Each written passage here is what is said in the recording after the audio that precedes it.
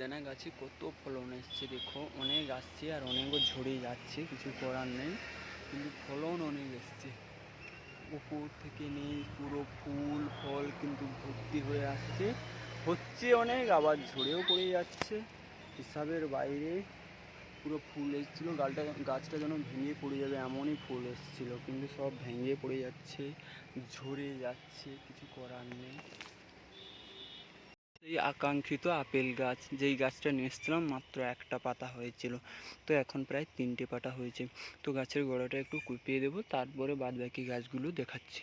তো গাছটা কুপিয়ে নেওয়ার পরে গাছের গোড়ায় কিন্তু জল দিয়ে দিয়েছি অনেকটা, তো সার দিয়েছিলাম, তো আবারও দিতে হবে।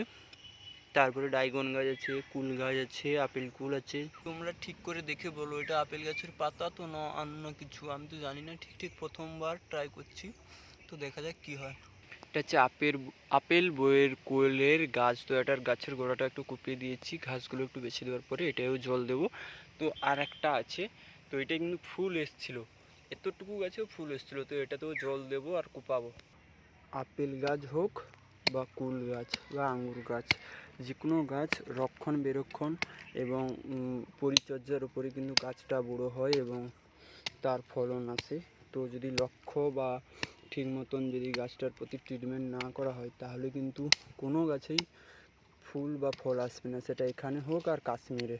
তো যাই হোক, কাশ্মীরে তো আর এমনি এমনি হয়ে যায়নি, ওখানেও অনেকটা খাটনি কষ্টর পরে কিন্তু গাছগুলোতে আপেল হয় বা যে কোনো ফলন হয়।